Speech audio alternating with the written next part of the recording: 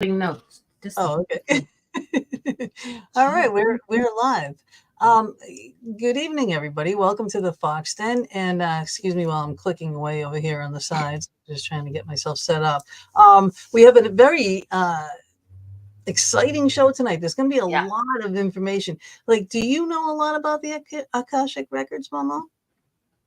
I think that it's just for me. It's just a drop in the bucket for the amount that I know. So, Right, but right. For the most part, everybody's like that, right? yeah, Like, you know what it is, basically. we Like get an the idea of what it is, and everybody comes up with a different. Well, it's and then they only give you a tidbit, and it's like we want everything in one spot. Well, this is what it is. This is Lisa Barnett in a nutshell. So she knows everything about the Akashic Records and then some. So she's written 4 books on the subject, and we're going to be talking about all of those and more. And but I would actually like to ask you guys if you could say a prayer real quick for Bob's mom. Her building is currently on fire, and I just want to make sure that everybody is safe, and that hopefully she won't lose all her stuff, things like that. So just say a quick prayer. Keep it in your thoughts for Bob's mom. And also another thing, Lent has started, and we have been serving little Lenten meals. We just started yesterday. We'll be doing every Friday all the way through Easter down at the lodge in Wyoming. It's a pretty much across the street from the Wyoming Shopping Plaza, and it's pierogies and potato pancakes and halushki Where and it's a good thing I don't like both white because and red chowder, oh all gosh, kinds of good stuff, mac and cheese, so good Lent meals, reasonable prices. And of course, you get to see us because we're serving it. So, that being said, let me get Lisa's bio video and get her on the show because I'm sure you guys have a lot of questions. I got a lot of questions about Akashic Records.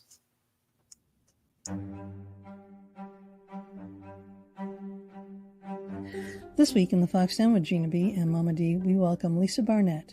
She is the founder of Akashic Knowing School of Wisdom, a best-selling author of Akasha, Your Soul Has a Plan, From Questioning to Knowing, 73 Prayers to Transform Your Life, and The Infinite Wisdom of the Akashic Records. She is also an internationally recognized teacher with more than 30 years' experience in the spiritual healing forum. Through her school, Lisa shares resources to bring clarity and healing to you by using the ancient yet accessible Akashic guidance. Lisa draws on the healing energy of the Akasha for her clients, and she will share that energy with you today. Lisa specializes in empowering individuals to find greater fulfillment, happiness, abundance, and ease in their lives by aligning with their soul path.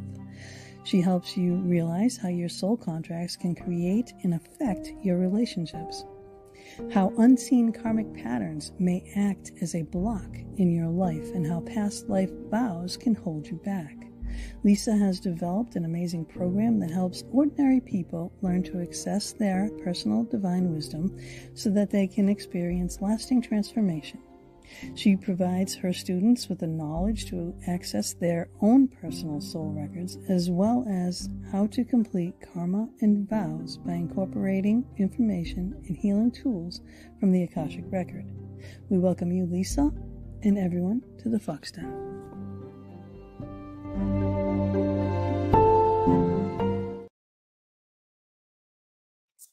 Hi, Lisa. Welcome to the Fox Den. Thank you the so Fox much. Den, yeah. Thank you for creating that beautiful video for me. I love that.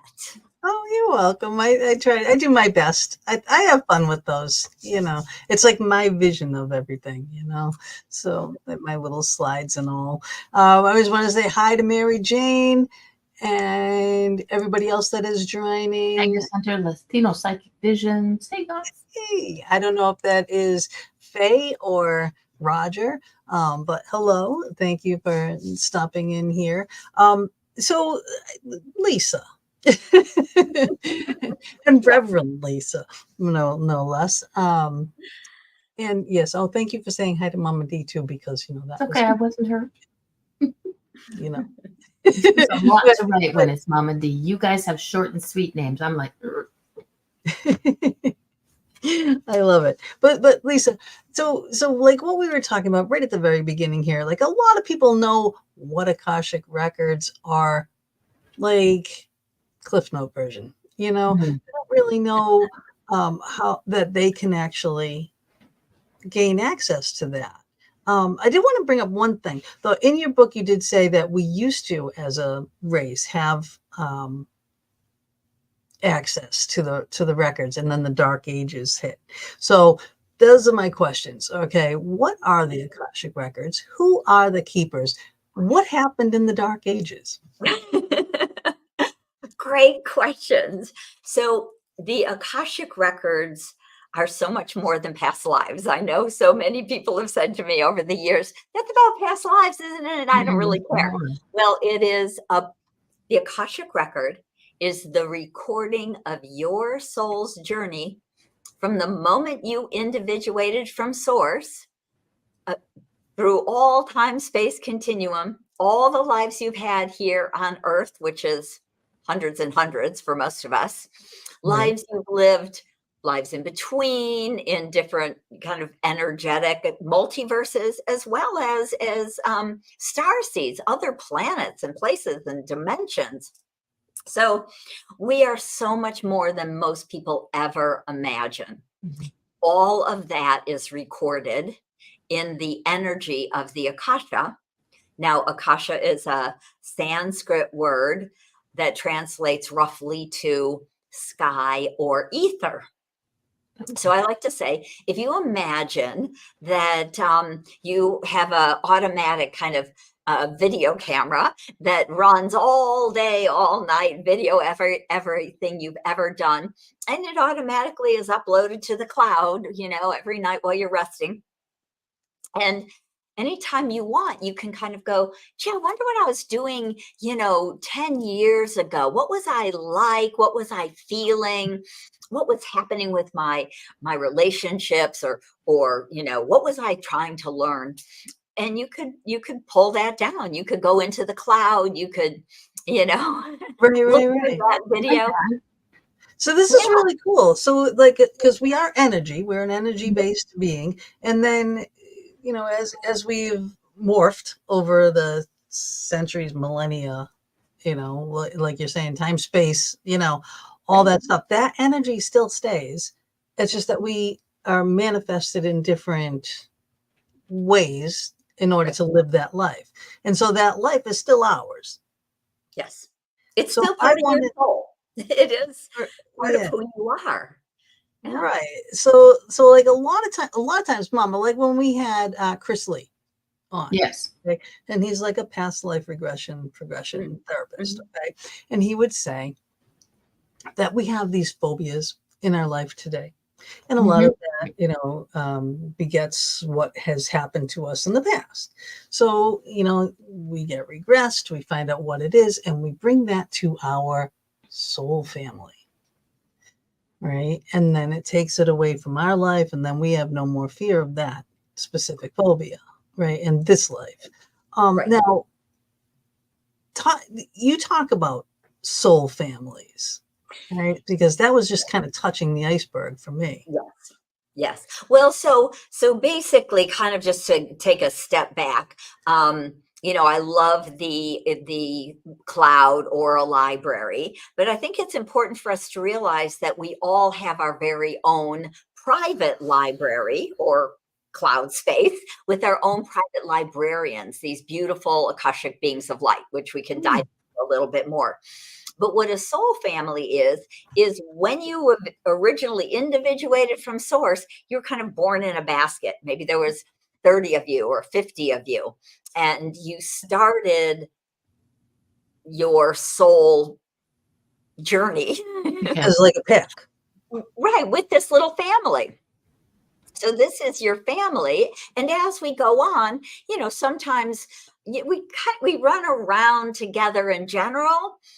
We are often part of each other's lives again and again. Again, we're very infinite ancient souls. So this is not, 5 or 6 lives on earth. This is millions of lives in the multiverse. Mhm. And so our soul family has often played a part in our soul growth and our learning. Sometimes they've been the good guy or the bad guy as part of our soul growth. And so our soul family really understands us in such a deep way because they've been with us, they've been part of it.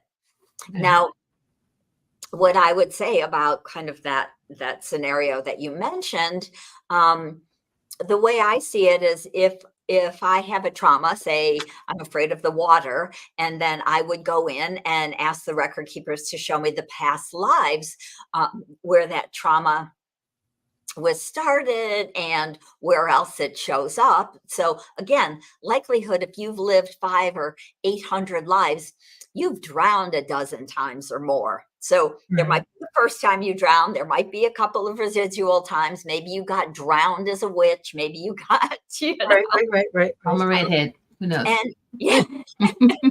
So actually by kind of remembering, realizing, or acknowledging, Mhm. that's a big piece of the healing. So often for people in like past life regression, they were like, oh my gosh, no wonder I'm afraid. I was drowned. Just Right. that acknowledgement. I don't have to be afraid today because I'm not going to drown, Mhm. and so we let it go, kind of energetically by bringing our consciousness to it, by getting conscious about it. And in the Akashic Records, one of the great gifts is that we're in the quantum field of no time space. And I can actually energetically go to those past lives where you've gotten drowned and clear the emotional pain, trauma, physical pain. Of course, it's not very comfortable to drown. So we want to clear No, I would not imagine so. physical, emotional, mental trauma, all of the above. So we Yeah. can do really powerful transformational healing in this energy of the Akashic Records, the quantum field where it's stored. It's, of course, also part of source energy. So it's good to know that your Akashic record is really part of the information arm of source or of the divine. So Mhm. it's all written in that energy and held in that energy, which is important. Your record keepers are pure light. Right. What Okay. is really strange is like we did a thing with Donna Yeah. Raven, Raven. and she brought us to these places and past lives and different things. And Mama was actually like a mer person, like some Yeah. sort of a water aquatic being, and I can definitely see that with her because she's just so everything, Yeah. I enjoyed the fact that I've had an Akashic record being done to me before, reading, and the person told me about it. Some of the things rang true, and there was a couple that was like, but I mean, everything's a hit and miss. Doesn't mean I'm going to remember everything. But with Donna, she brought me back, but she let me see it. I spoke it. I spoke about what I was seeing, what I was feeling. All she Right. did was question what I was, when I would say something, she'd question all that. So I liked that one because it sort of made it more my journey, watching myself in that. So I enjoyed that one very much. And was that like a past life regression, or was it more of a reading, but she'd tell you about it and you could felt like you It was, energetically? it was a regression. Yeah, aura. The first one was more of a reading. The one that she did for me was another woman did for me was just a reading. And like I said, some of the things sort of rang true, and I was like, okay. It just, when I would sort of like dot my I's and cross my T's, it made some sense. One or two of them was like, yeah, not so much. But with Donna, it's like I said, she opened the door for me, held it open, and I walked through it. And I was like, at the beginning, I was, and then when I was through with it, I was like, okay, I want to cry now. It was so much fun.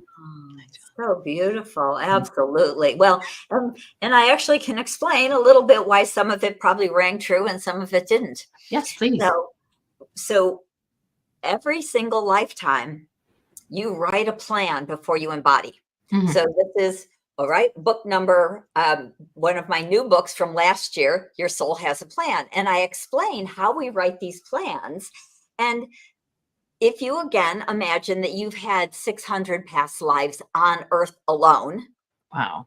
you're not bringing all of that with you. You're saying, no. oh, this life, I want to, bring these gifts and talents. I want to connect with these people that are from my soul family. I want to support them. And maybe this one, I want to do some karmic work and clear some old karmic patterns, right? So Mhm. we have a lot to do, right? You might make a big, complicated plan. Yeah. So Yeah. when Life somebody, happens when you make plans. yeah, big complex plan. We don't do it all. We can't finish these plans, really. We expect ourselves, we're big infinite beings. We're like, oh, piece of cake. Sure, I'm going to clear all those karmic patterns. I'm going to support this person. I'm going to support that person. I'm going to do this. I'm going to share that, So sometimes when things don't particularly resonate or ring true, you Mhm. might not have brought that into this life's soul plan. It Okay. may be a past life that they can see. Mhm. And sometimes those past lives can be so far, away or so long, right? Like, interestingly, I'm not wearing my mermaid. I looked at my mermaid necklace. I'm very mer myself. So I'm mostly water and blue. And I have mermaid necklaces and earrings. Beautiful, beautiful. And I love it. totally resonate with the mer energy. Yeah. But so some of the other lifetimes I don't resonate with because I didn't intend to bring some of that other past life Right. information present. So that's possibly, Why why didn't you? some of it totally rings true and some of it doesn't totally. But That makes sense. Yeah, it does. So here's a question. Again, I'm kind of going off topic, but still on topic. I met a woman back in 2012 when I first started opening up to my spiritual side. And we met on Facebook. There was something she had henna tattoo. She's been to a Muslim wedding, and the henna tattoo was all over her hands. And I think that is like the most amazing, beautiful art form that there is. And I commented on it, and then we just sort of started talking, and we became. It's kind of like with Gina. Everything just sort of fell into place with our friendship. It was like it's like we'd always been there. There was nothing. She would finish my sentence, and things like that. And one time we were talking and we did a meditation together. And without talking, without pre-planning anything, we just decided, okay, let's do a meditation together and see what comes up. And I remembered something about her and I being together back in the time of Egypt. And it was like everything just sort of, keeping it to myself, we're not talking, we're just doing. And when we came out of the meditation, we talked about it and we had the same memory. nice. So Wow. it was like, aha. So I'm waiting for that to happen with her because we just sort of fell into a friendship through our shows. And now it's like, I definitely know we go way back. yeah. And it's like, now I'm like, what was my life like without Gina? There's no before Gina because she's always been there. So it's interesting that how meeting people can Right. bring up a memory that you both can. I know, and I love like a venue like this because like you, Lisa, being in California, Mama being in Canada, and me being in Pennsylvania, and yet here we are. Yeah. You Right. know, having a Right. great conversation. Yeah, and sometimes it's soul family, like having the matching, memory of Egypt. Mhm. Then often that's because, again, as we say, your soul family members have been running around with you on this earth and galactically forever, literally. And so often they'll show up in support. Sometimes it's a long relationship. Sometimes it's a very short relationship. Sometimes they come through to say hi and just let you know and have that experience and confirm some of the experiences, especially when they're more esoteric or spiritual, that you're having. And they're just a reminder to be like, yeah, there's so much more than just this life. Yep. Oh my God, Oh, yeah. yeah. No doubt about it. Mary Jane has a question. What if your plan goes against someone else's plan? Great question. So, when we make a plan, we're not doing it in a vacuum either. So when we Yeah. make a plan, say, you are, I always kind of imagine these kind of funny situations. The Akashic record keepers are pure love, pure light, and they're funny because they really are just pure source energy. They have no Yeah. judgment, they have no opinions, they've never been humans, thank heavens. They're just pure love. Yep. So, a lot of times when I do it, picture. when I do Good idea. readings, sometimes people will be nervous, right? They'll be like, I'm so afraid they're gonna judge me. It's like, no, they have no judgment because they're pure beings of light and they don't Okay. have judgment like I'm gonna tell you a story. I had done a guided meditation at one point, and it was supposed to be to find your spirit guides. Okay, like human spirit guides, spirit guides. But I go through the thing, I go into the cave where you're supposed to sit and be waiting for someone to appear. And I saw a little hole in the cave and a little light shining through. So, of course, I go after it because that's the kind of person I am, right? Way overachiever, way OCD, all of it. And then I crumble this opening, and there's a field, and there are foxes on the field. Now, fox is my prevalent spirit guide now. Right. And they are the keeper of the realm between this and the next realm, into the spiritual realm. They are that keepers of that boundary. Right. So here I am with the foxes, and I look up on the hill and I see this big, like a stone altar. Right. This being is standing there. Right? Oh, I thought it was a human at first because it was long hair, long robes. However, it turned, and this is what I saw. Okay. So I looked at it. So it's got like this lion-like face, and I just knew this thing knows every single thing, right? Like, and I'm not supposed to be here, so I'm staying back, I'm staying quiet, but it just looked at me like it acknowledged me that I'm there.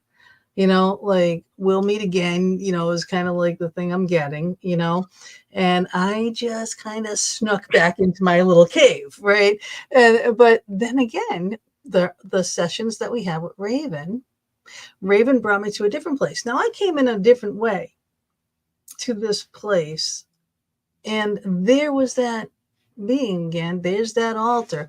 There's a book, and the book is open. And now there's like letters coming off of the book, like in purple, and then there was a gold wall behind it, and it looked like I could go through that wall.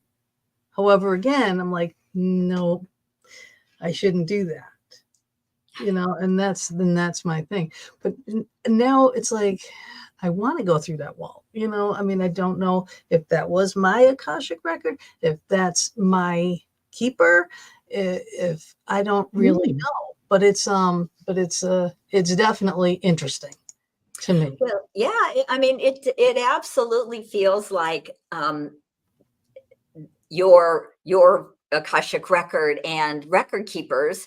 And so the interesting thing is that, there is no right or wrong, right? So when I see the records, sometimes in the very beginning, especially, I'd see kind of a big stone building with big white marble steps. And I'd go up those steps, and big carved wooden doors would open. And inside, often we do get that sage look. My record keeper looked a little bit more like Merlin. So I had a connection to kind of the ancient wizard Merlin. So I would see that. But then eventually, over time of really consciously being able to access my Akash and converse with the Akashic record keepers, the energy shifted to what I would call the void, that infinite expanse of the quantum field where there is nothing really until you formulate a question. And then that's often what I'll see when I'm doing a reading for a client. And then as soon as they formulate a question, those lives, those images, that information, it all just drops into me. And often it's little clairvoyant. I might even get a flash of 2 or 3 different lifetimes, and the record keepers start to talk to me. So I hear, not in a big booming voice, but in that that kind of subtle voice in your head, but it doesn't really sound like you. And so you know it's not you, right? Yeah. And of course, obviously, with practice is what I teach. Right. So, it's a different, it starts to come together, this information that you can start to access. So people often have it in a book. If everybody can do this in their own time, right? I mean, there's no time limit, or some people can leap ahead and some people it might take longer. I don't know if that's the difference between the age of a soul, or there's a whole combination of these kinds of things. Like, of course, if you are a very old soul and you've come part of with one of those big purposes to help humanity evolve, well, you usually have a clearer, stronger connection right into the Akasha. You've probably been an oracle, you've been a seer, you've been all these different things. You hone these gifts in different lifetimes. So that is definitely, kind of part of it. Although I'm going to say that I've had lots of students who are just starting on the spiritual path, and they see me on a show like this and they get interested and they just jump in and take one of my online courses and really quickly start to get information. So the record keepers say it is everyone's birthright to have access into their Akashic records. And it can still be a process. But I want to finish. I'm gonna get that question. Yes. Yeah, and I want to finish answering Mary Jane's question, because it's really a good one, because we're talking about, what if your soul plan goes against somebody else's? But we literally plan this with, sometimes 50, 100 other souls that might be our parents, our spouses, our children in the future, our best friends, these people, soul family members that we're going to work with in different times and places. And so we actually, even if it can be a challenge, it can be really uncomfortable, it can have karma attached, which means you might write a soul contract with a parent to help them with some of their karmic patterns, right? So maybe you're coming in, you have a beautiful angelic human energy, you're coming in service to this family. You have a parent who has some challenges, health challenges, or maybe they have addictive patterns, they're alcoholics, or, they have, money issues. It can be anything. And we have come in to be in support to them. So even though it might look counterproductive, right? That child with the, say, alcoholic parent or whatever health challenge, that can be very traumatizing to that human child. As that big soul, we're like, yes, I want to go help. I'm going to help break them out of that pattern. I'm going to be the light and they're going to get it, right? So it really is part of the plan. Again, that's how come it's a whole book. Yeah, and the book is great too. I love the way that you have it set up to every when you start with your chapters, you're going through the things, but at the end you have exercises and prayers and things to personalize this chapter for you.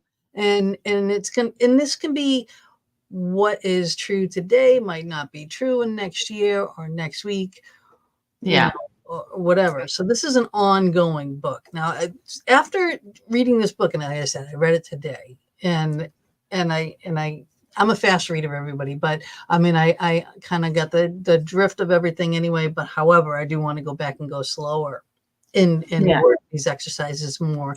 And there were prayers and there were this and there's that. But at the end of the book, there's a lot of space that you left for journaling. Right. Which is really important. I can't enforce that enough on journaling, how important that is. Because again, you're going to change. But these thoughts, these intuitive ideas, these things that keep coming into our lives constantly through our dreams, through our spirit guides, whatever, these ideas are constantly bombarding us. Write them down, because this can be your future. Right? This can be something that you're going to be doing in the future, whether to help yourself, help your mankind, help your friends, help, whoever. And it starts with a little idea, and you don't know what that idea means, yet, but you have it. So you're getting it for a reason. Write it down, Right. Write it down. Absolutely. And actually it's a big piece of what I teach. So I published 2 books last year, so I did a lot of writing. So the other book is called Akasha. It's a part of the Common Sentient series, and We it's love the got Common 2 Sentient parts series. to it. So it's also very fun because the first part I really talk about what are the Akashic Records, who are the Akashic Record Keepers. I dive, deep into that in that first part. And then the second part has stories by 20 other people. Honestly, some of them are students that I've taught. Many of them are people who kind of have Akashic dreams. Sometimes it comes through in a dream. Sometimes it comes through as a download. Sometimes, it comes through as that small voice, that intuitive knowing, that claircognizance. That's why it's so important to write those down, right? Right. And in this book, I also teach my little bit of a shorter version of my 5-step wisdom prayer system. So if you want to just get started and play with accessing your own Akashic Records, and the infinite wisdom of the Akashic Records is just a full book about my 5-step wisdom prayer system. So the record keepers asked me all those years ago to start a school and to teach this information to humanity. And that's been my sole purpose now for the last 30 whatever years. Okay. Yeah, did you feel honored to be? I mean, it's like, at first, were you scared of that? Like, this is a huge responsibility put on your shoulders, and obviously you're doing it really well. Right. And so 30 years ago, I was, a mom in the suburbs. I was just, I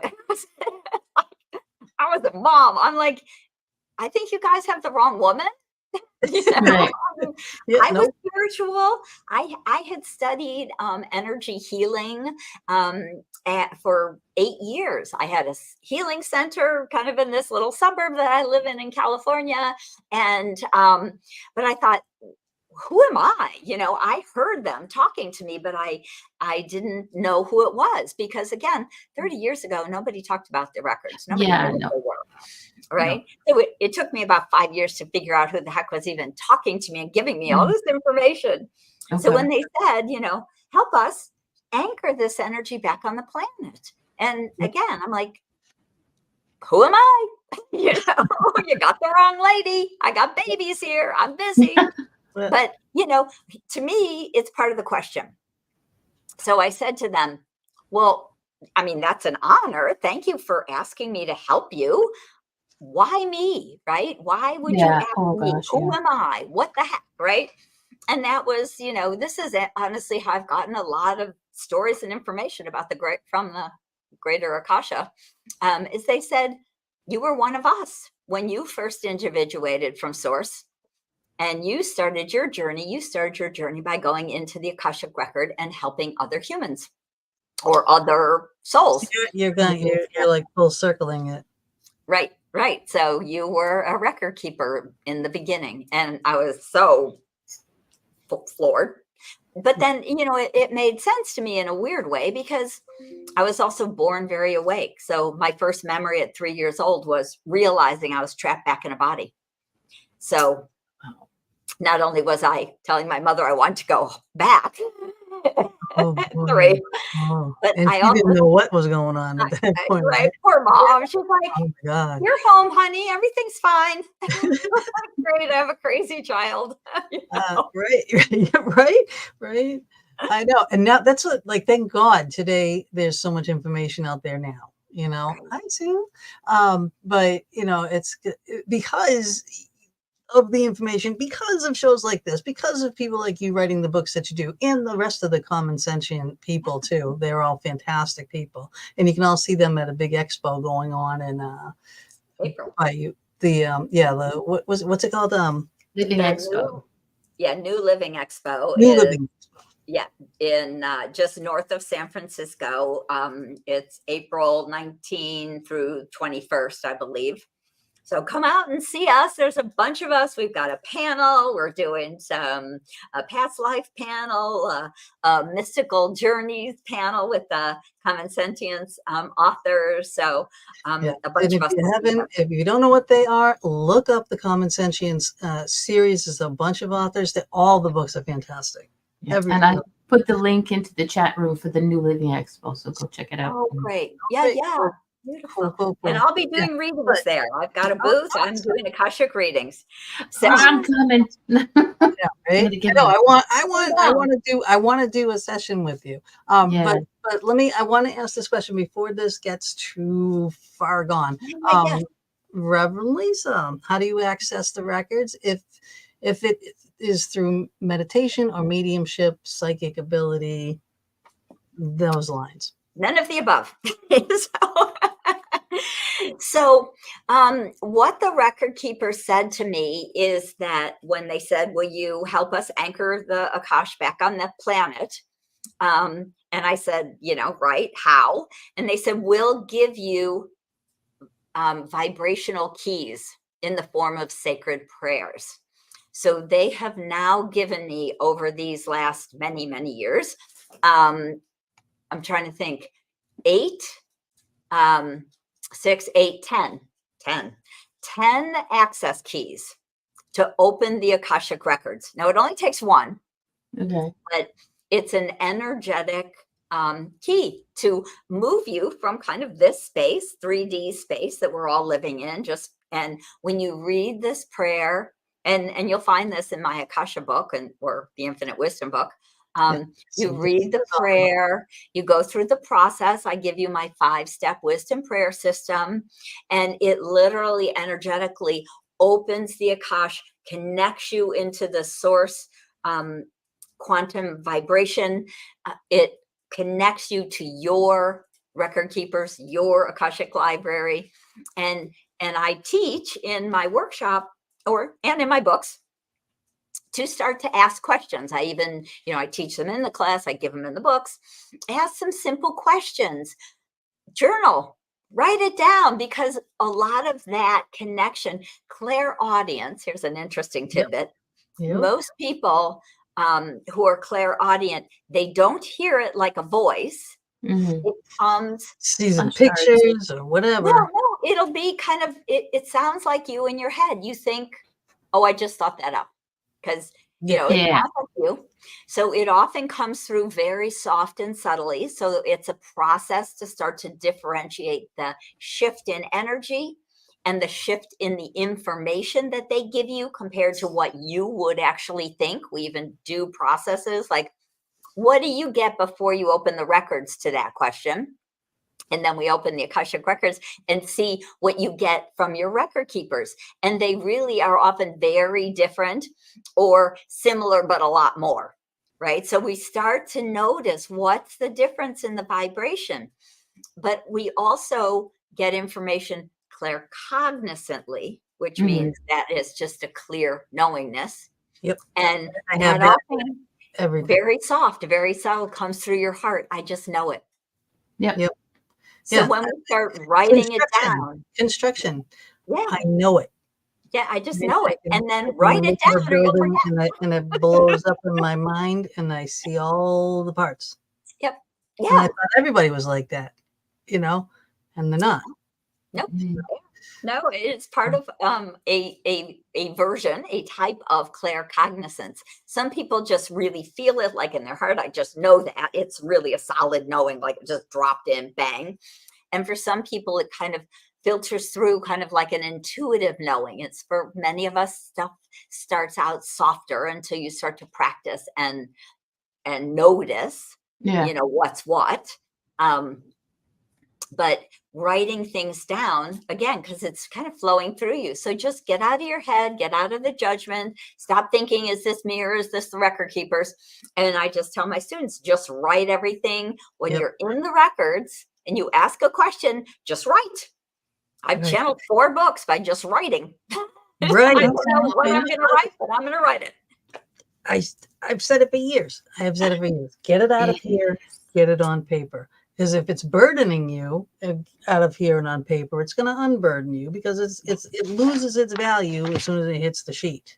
Okay, it's holding space in your head and causing, it could cause turmoil, it could cause, I mean, many different things, all the emotions, all from good to bad, but get it out of here, get it on the paper, and then you can decipher it, and you can decipher it in time. Yeah, because remembering it right away. Sometimes when you write things down, and I have written things down, Gina.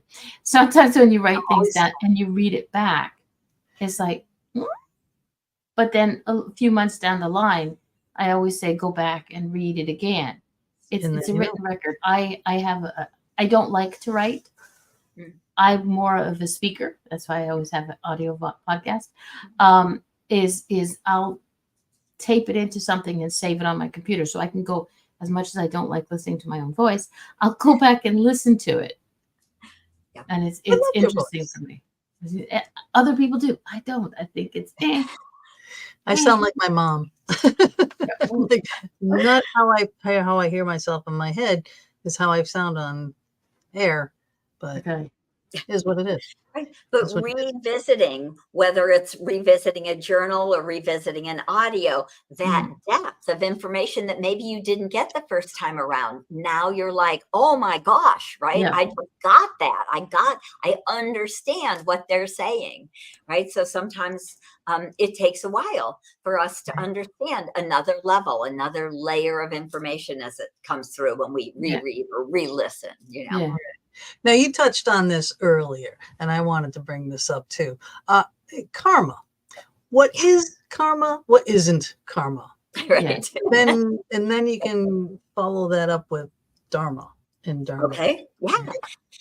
So karma is not a punishment. I think that's kind of the biggest message that is important for everyone to get. So I know that so many people have had very traumatic lives, maybe, they've been abused or just all sorts of trauma in our planet. Just not to mention, even COVID for a couple of years was its own trauma. Everyone, I don't think there's one person on the planet that has not been traumatized in some way or another. Yeah. So we often take it personally, like I must have been a bad person to have gotten this kind of punishment. But it's actually, karma is a way, karmic patterns, these challenges is a way for us as an infinite soul to learn and to grow. So that's really what these karmic patterns are about. And often we revisit them again and again and again and again and again and again because we're slow on the uptake, right? That's why we live 800 lives, because we're a little slow on the uptake, right? I'm not getting this. That's right, and we do it all. So, again, if you use an example like, the beautiful, light being, all souls truly are beautiful light beings. And you said, I want to come in and help this soul who's going to be my dad. And I'm going to help him to wake up because he's going to love me so much. He's going to remember, he's going to, drop his addictive pattern. He's going to, dump the alcohol. We're going to have a wonderful life together. That's part of the plan. That's the karmic pattern that your dad wants to work on and doesn't remember. That's part of your soul's plan to be of service to this other person who's maybe part of your soul family. And you come together, you both plan to work on this. Now, maybe dad doesn't remember. Maybe he is, so kind of deep in the density in his own maybe childhood traumas or other issues, whatever might have happened to him in his life. He doesn't get it at all. Maybe he loves you dearly, but he just can't cope. And he goes off and leaves you and your mom. And, there's more trauma.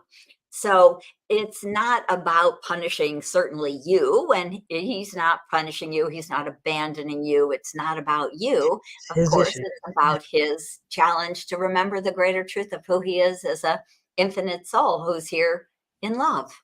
So, these things can be very, very painful. Absolutely. But as we start to understand, again, to me, one of the great gifts of learning to access your own Akashic records is to start to see yourself as this big infinite soul, to start to realize that you've got 4, 5, 6, 7, 800. I've had like 1,000 friggin' lives on this planet. Like I said to the record keepers, what am I, the, rustiest tool in the shed? Am I the slowest on the uptake? What's happening here? Mhm. And they said, well, you've just come back a lot of times to help humanity, and humanity hasn't been ready. So here you are again, one last time. Like, okay, we'll call it one last time. So here, I got a question in regards to coming back. Yeah. I have heard, I swear Susan will get to you, I promise. I have heard so many people saying, I'm not coming back again. I am never doing this again.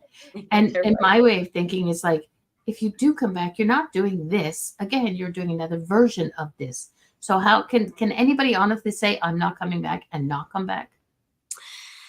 Here is the interesting thing that I hear about that. So up until now, and I'm going to say we really have just broken through some old patterns and programs that have held the earth itself, as a sentient being, locked down with these programs. We have been stuck in the karmic wheel of life. We have died, left the planet, hung around in levels and dimensions, but it was very, very, very hard to leave for good. Okay. Now, what the record keepers are saying is we have literally unwritten, deprogrammed that old karmic pattern of life, this wheel of life, so that we actually can get unstuck from I have to come back and learn what I didn't learn. I have to keep coming back and keep coming back. That's why I think we have had, 600 or 800 lives, because we've been very stuck. Once we come to Earth, we get kind of trapped here. Right. But there are new souls. That is complete. And the children who are going to come in these next, whatever years, a lot of years, will be coming without karmic patterns, because they're ancient souls, but they haven't been human. So they haven't been stuck in the karmic patterns. They're really coming to help us change and transform the world so that we actually can move into the 4th and 5th dimensions and ascend. Yeah. But then like religion has their feet in all of this as well, in all the different kinds of religions. And it's fun to watch these religions form and their belief systems, like Buddhism and Hinduism and Judaism and all of it. To me, it's all based on one thing, but branches off into all these other beliefs of this one thing. Like we'll believe all of this except for this, and we'll believe all of that except for that, and we'll believe all of this except for this. But this one's like, okay, well, we're going to get reincarnated. Well, this one's like, well, no, you're not reincarnated. All right, you're not going to change into like from a human to an animal, say. But then this one will say, no, you can go back to an animal, or you can be a worm or an insect or whatever because of your karma. And, and you have to do this and you have to do that. And it's just like, where does this information come from? Okay, one thing. And then does it fit in like an evolutionary lineup with the Akashic Records? Oh, wow. So again, what I would say in general is that a lot of the great sages and wise, men and women through history have been able to access these realms of the Akasha. So I'm going to take a quick pause and just say the Akashic record was pulled away from the planet during the Dark Ages because we misused it for our own personal gain. Yeah. Right. Before that, it was more accessible, especially always to the beautiful humans that were in service, who were, kind of in the seers, more psychic, more healers, all of that. And I think a lot of, I think there was a lot higher energy for big amounts of time on the planet where we actually could see angels or fairies and things like that, thousands and thousands of years ago. So as we got denser and denser, they ended up saying, oh, we have to pull this away because people are using the Akashic records to win war, find someone's gold, all that kind of stuff. So they pulled it away for about 1,000 years. And then they said, it's time to bring it back because now we're going into this new golden age, right? We're right here on this precipice age of Aquarius. Here we are. Anyway, but over all of these years, you know, you have to realize that even if people could download the biggest message, which to me is always that, you know, we're just here for the love. We're here about love. Yeah. Then humans came along and rewrote everything. So every single religion, I mean, you can look back pretty easily with things like Christian religions and see where the Bible has been rewritten again and again. Right. There's an experience of a man that was called Jesus or Yeshua.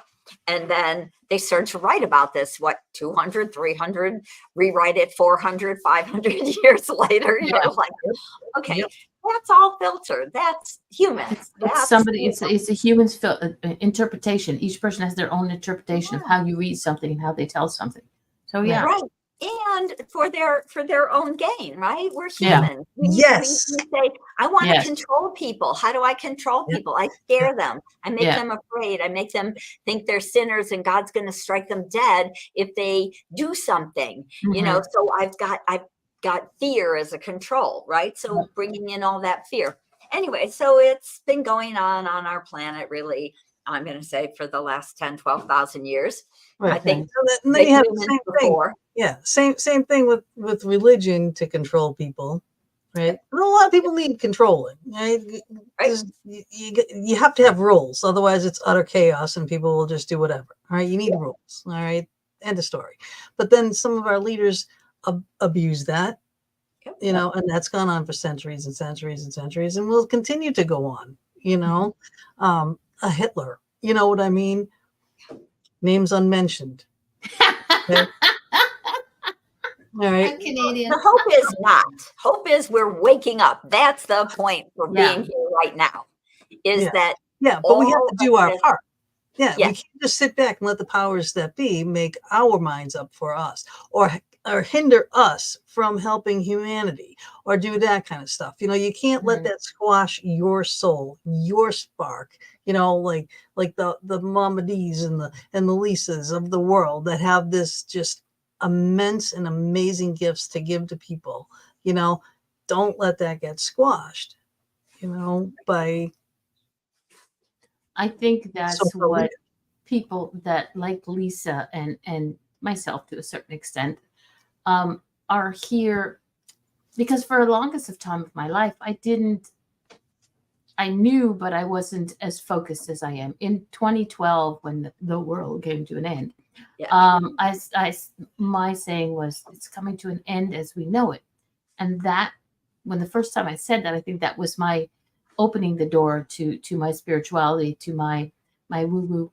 And I'm happy. You know, there are some people who don't accept what I do or say, but you know, that's your issue. That's not mine. I think that we all have to just live and let live. And every religion has a seed of the commonality. So every tree grows from a seed. So every religion grows from a seed. And that seed, each branch of that tree of religion is a different brace of religion, but the base foundation started somewhere the same. Right. Oh yeah. And it's certainly no reason to kill someone. So no, there's never a reason to kill anybody unless they fine. See, and all this is because before we came on the air, I said I want to put my hands around somebody's neck because he wasn't driving fast enough. Okay, I take it back. Susan has an interesting question. Do the Akashic records link to dreams in any way? You know, for many people, they actually do. So what I would say is that I can teach people to access the Akashic records using a vibrational key in the form of a sacred prayer. But some people have prophetic dreams. You know, they dream of the future, something that's going to happen. Some people have past life dreams. They'll dream of lifetime in Egypt or, wherever it was. And those can be us tapping into the Akasha in that dream state.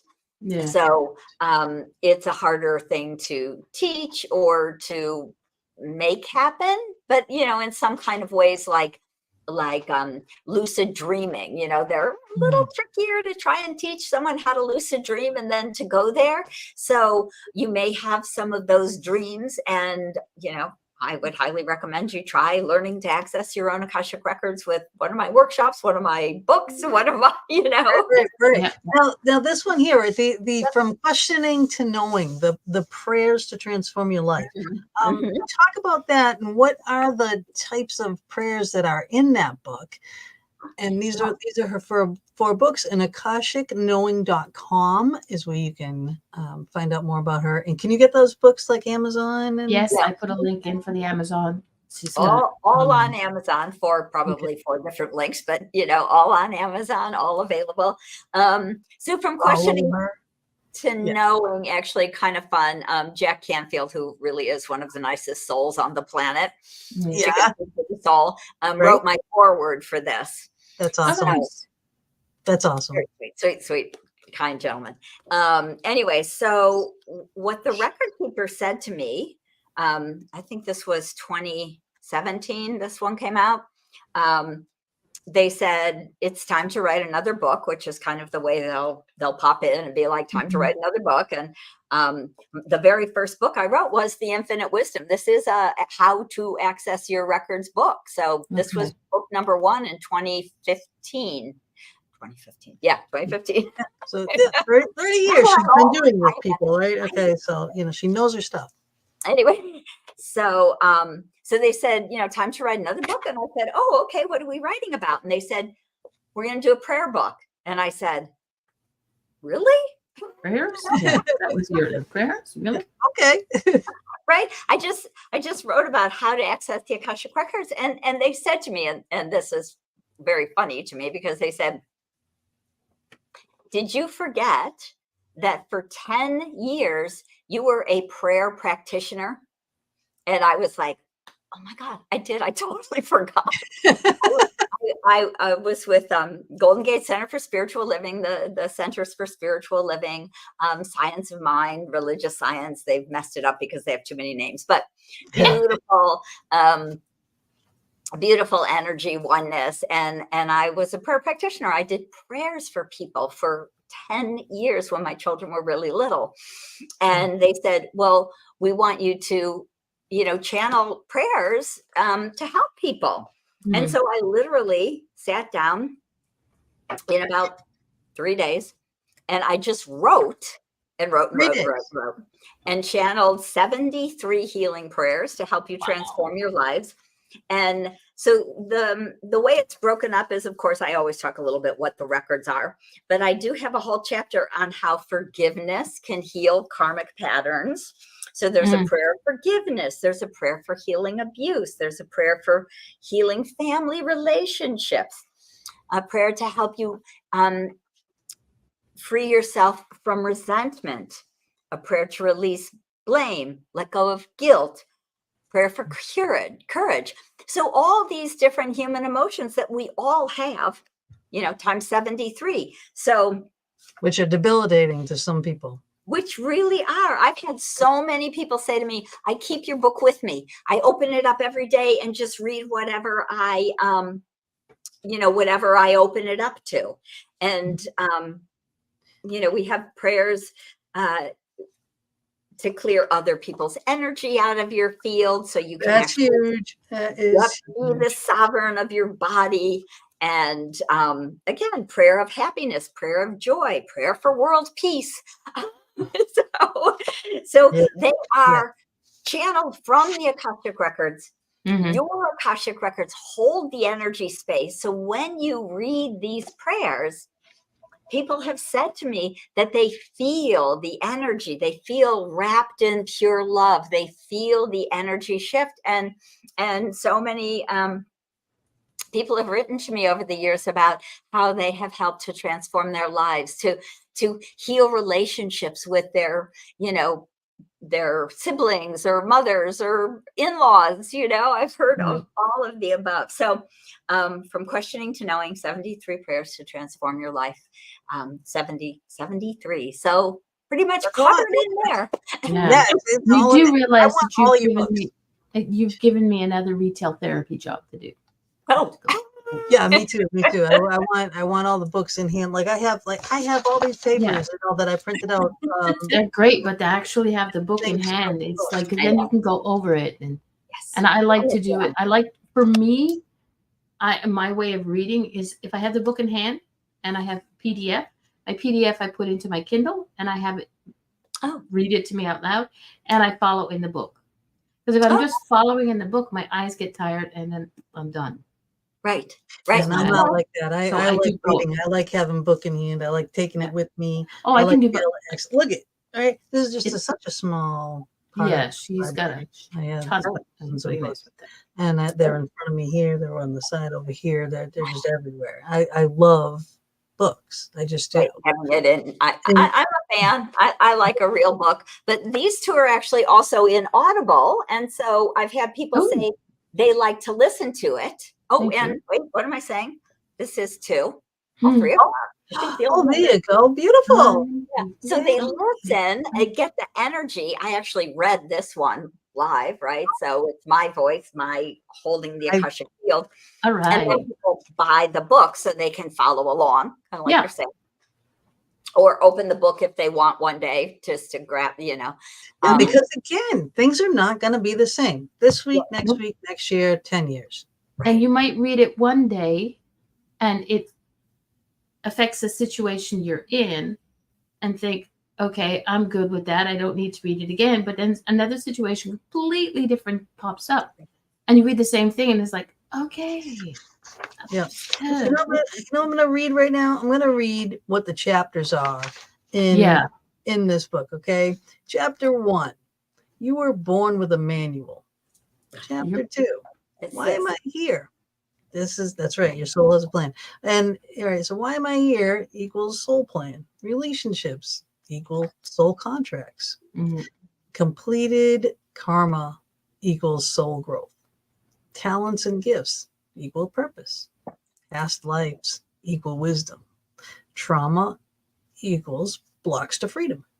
Confusion equals misalignment. Ideas equal soul's plans. Collective gifts equals abundance. Soul plan equals purpose.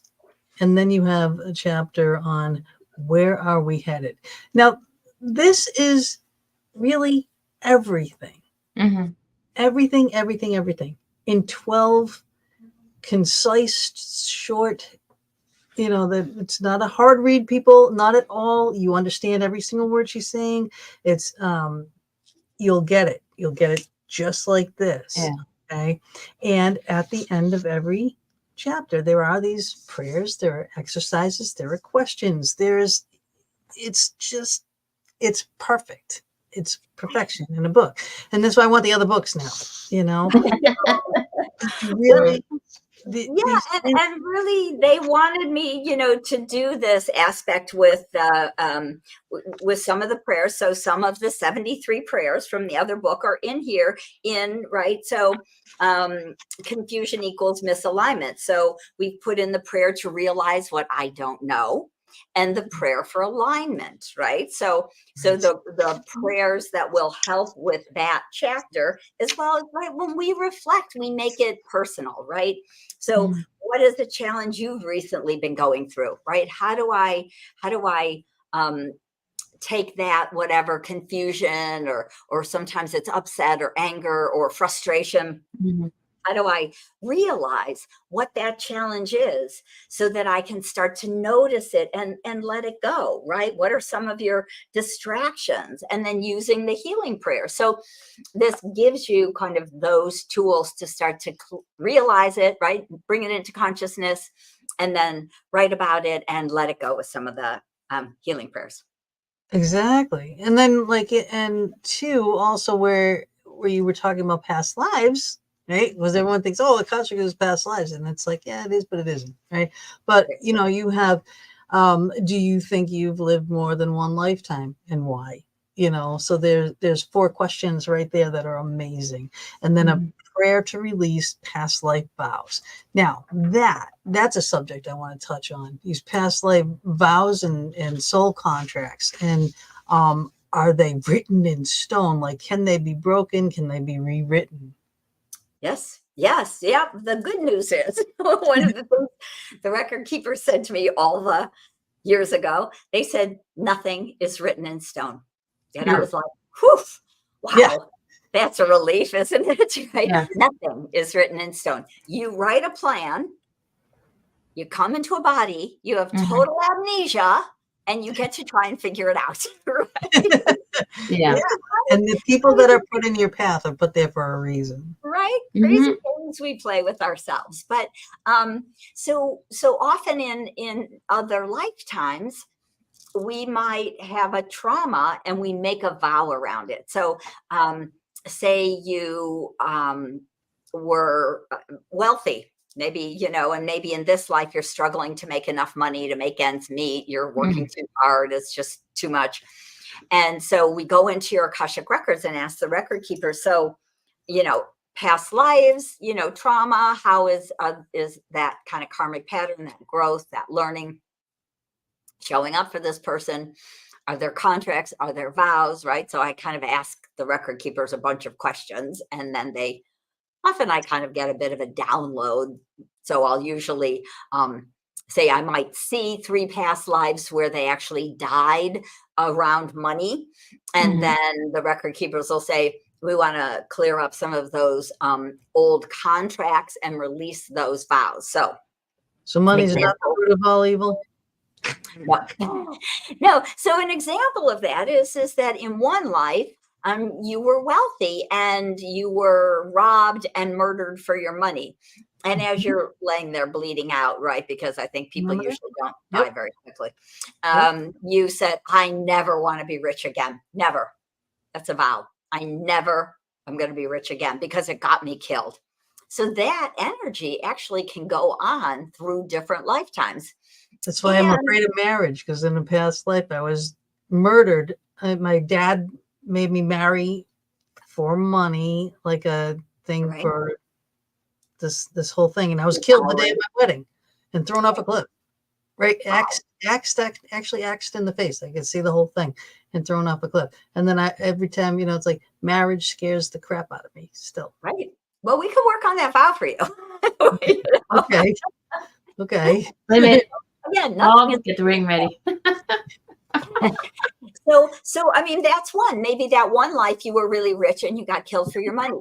Another life you were a nun and you took a vow of poverty and you said, I will never take money for my God-given gifts, right? And so, at that point you had food, clothing, and shelter. You lived in a monastery. You got to spend your day praying and nursing with people, and you didn't need money, right? People brought a chicken or a cow or whatever, right? And so, we could take vows of poverty, unlike today, I pay my mortgage with a chicken, right? Yeah, that would be nice. Right? So here's 2 lifetimes, one you got killed and one you took a vow of poverty as a spiritual vow. It's a religious vow. And then maybe another lifetime, you were again very wealthy, but you were not a nice person. You had all this money. You were sure everybody was out to kill you or to steal your money or to take advantage of you. And so you were very, a mean son of a gun. And so you never married. You didn't have any friends. And there you are dying, slowly dying on your deathbed. And you're like, I never want to have money. Money made me evil, right? Money made me be a bad person. And so here we've got 3 kind of big, intense vows around money. So it makes sense that you might have challenges around money in this life. Makes sense. So we can work on clearing, and really we can, in the quantum field, no time, space, right? I see all of this kind of as just moving energy. Oh, there's that life. Let's pull that out. We'll pull that one out. We'll pull that one out. I'll do healing around them. I'll clear the physical trauma, the emotional trauma, right? And burn the vows, release the old contracts, because they're actually complete. They're just stuck because of the trauma. Stuck. Yeah. Yeah. Right? Yeah. And Yeah. so we can So you do all of that healing. release these past life traumas, you can move ahead. Right. Exactly. So people are like, it's always cute. People go, I feel so much lighter. Yeah. Nice. Yeah. Yeah. And I mean, and, and various people do this in different ways. And, but this is like the root of everything. This is, the whole source of everything. Mm-hmm. So other people are doing different things, varieties of getting the same kind of results, but not actually accessing these records where you can take this so much further. Yeah, I agree. It's a depth that we often don't have in other with other tools. So, the record keeper said that, one of the reasons they wanted me to help anchor it back on the planet again after they had pulled it away because we were misusing it, said, please help us anchor it. It's time. And, again, this is everyone's birthright. And this is one of the greatest empowerment tools on the planet because it's so expansive. Part of source energy. The record keepers help you to clear and release and delete old contracts or vows that no longer serve. I teach my students to release the old stuck energy. And all of cultivate the new things, the things that, again, those ideas that we have in our head that we write down, that could be our future vocation, right? This could be your work. This could be your job. This could be your love, your passion, whatever, but just not fulfilled yet. Right, exactly. And to me, one of the beautiful things is that, so many clients come to me and they were like, I have a corporate job. I'd really like something else. We can go in and say, so kind of what were you thinking as a soul? Again, you've already had 600 lifetimes, but what were you thinking about? What gifts and talents did you want to bring back in this life? And they're not job descriptions. So part of our purpose is to complete our soul's plan, right? To support all those souls you wanted to support, to learn and grow around all of these challenges, and to share that wisdom that you get with other people to help them, again, to learn and grow and move forward. So those are big parts. But of course, we have infinity to being healers, being authors, being parents, being inventors, being kind of linear science, organization. I mean, all these different things. But they're all necessary. They're all necessary. And there is kind of part of that written about in your Akashic Records so that you can be often, again, clients will say, oh my gosh, I always wanted to write a book, but I just thought that was, like my ego, or I don't know what to write about. And the record keepers will share some interesting information or wisdom. And they'll be like, oh, like, that's it. That's what I was thinking, but I didn't trust myself. Right. Right. That's an issue for a lot of people, and including me.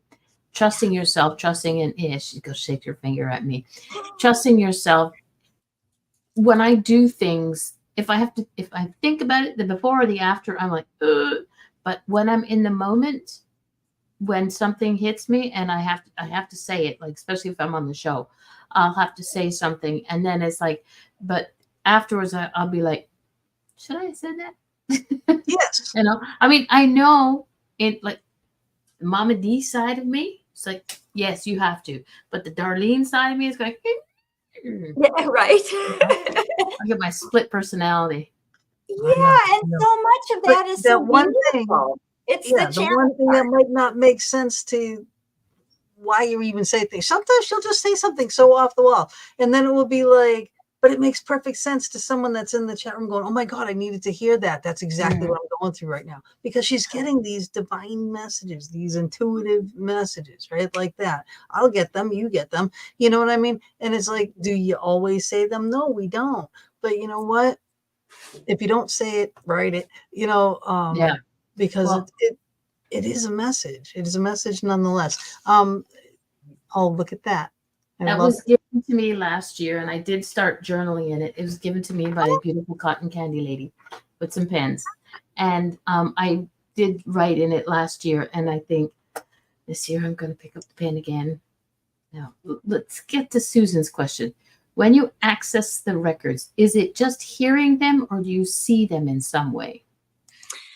Yeah, great question. So I would say that most of my students have a variety of clairs. Most of us have abilities, right? Mhm. We have clairvoyance, right? We have that inner seeing. We have clairaudience. That means that, right, you can hear, but most people think they're going to hear somebody yelling at them, like it's coming from outside, like a person in the next room. Yeah. But most clairaudience, as I was actually mentioning earlier, it's subtle. It's you in your head. So Mhm. it's often quiet. It often has a different tonality. Occasionally, when I'm really channeling a like a sentence or a paragraph, I really hear it's like it's not the way I talk. It's not the way I speak. It's Mhm. the way they speak. So you start to get to use that. So clairaudience is often subtle. Again, we have claircognizance, that clear knowingness. And Mhm. so a lot of information comes through in that, oh, I just know that. So for me, I'll say I often see a picture. My clairvoyance, I always say, needs glasses. So I'll just get kind of a fuzzy image, right? I like that. Oh my You God. know, and then I'll just know the story, and I might, kind of feel whatever the emotions, and so it comes through in a variety of ways. So a lot of my students see, a lot of people have some level of clairaudience. A lot of people Mhm. access a lot of information clairsentiently through that feeling sense and the cognizance, that knowing sense. So Okay. everybody's a little bit different. We've all honed different gifts in this life and or in other lifetimes. So that can change, in that way with time. Yeah. That is so cool. At akashicknowing.com, what will people see when they go there? So they will see everything we've been talking about really on my homepage. You'll see my 4 books. You'll see the upcoming classes. So I usually try and post course 1, course 2, and then it goes on to a year long. I teach people to do readings for clients and become a certified Akashic record consultant and healer with Akashic Knowing School of Wisdom. So I train people to be Akashic readers. But you start with self-mastery, Akashic self-mastery. You have to learn to read your records and then Yeah. get good at it and go deep and understand all the realms and all the things you can do and find and soul plan and how to heal and release all these things before you can go on and muck about in someone else's records, right? Yeah. That's true. That is. If you're gonna test on somebody, might as well test on yourself, not somebody Right. else. Absolutely. Well, you can't understand it unless. I mean, a lot of people can't understand anything anyway until they do it themselves. Yeah. Yes. Oh, Right. yeah. So no matter what Right, it like, exactly. And it is, and it takes a while. It's a very, very, deep ancient wisdom. And so it takes practice. When I teach my online workshop, it's usually like 16 hours. It's not 2 or 3 hours. It's not Yeah. a prayer, good luck. Yep. Yep. Right. Here you go. Yeah, see ya. Let me know how you make out. Exactly. So you really have to practice and learn and deepen and really activate your clairs. And I do all of that with my students in my online live workshop. So I usually teach every month or 2. I try and teach about 6 to 8. Course 1, my first course to take, 6 or 8 in a year. So the next one will be in. I'm like, what's next? I think April. I think the event. April we'll have a live online workshop in April, and there's home study workshops. So you can also go and get the pre-recorded version. So you could go jump on my website, find that under products, under home study, and start Okay. accessing your records with all of my hours, 12 to 14 hours of videos. You can just dive right in with the live videos, 40 plus page manual to take you through it. So yeah, it is there and it is accessible for people. And that's That is so awesome, honest to Yeah. God. And then I like to, again, I wish I had the book in hand because I have like these things are just kind of She scattered here. printed out the pages as she goes along. I do. I Excellent. do. I might as well just print the whole damn book because, I'm just like, oh, I got to print this. Oh, I got to print this. Oh, I got to print this. So I do have a stack and a stack over here too. So, but you do have like the message from the Akashic Record Keepers at the beginning of this book in the introduction, and it's always, and you have two blurbs that I believe there's two, it could be more. When they speak to you and they say, dear ones, so how you're relaying the message. And I love that. I don't know what it is about the dear ones, that just got to me. Right. And it's beautiful because, again, these are pure source energy beings of light. They've never been human. They have no judgments. They have no opinions. And so they often talk to us in that way, dear ones. And we feel it because we feel the love. It's just pure. Right. Like I know that feeling because I know I saw it. I saw it when I saw that being, and it was just like, just so in awe of like, I just know that this being knows everything and I know nothing, it was just such a, I don't even know how to explain the feeling. Like I feel so minuscule in the vastness of everything. So because it is. We are only this one little teeny life in this millennia of lifetimes. And we're one star in the solar system. Right? Yeah. And there are multiple solar systems, so you can just imagine. Universes.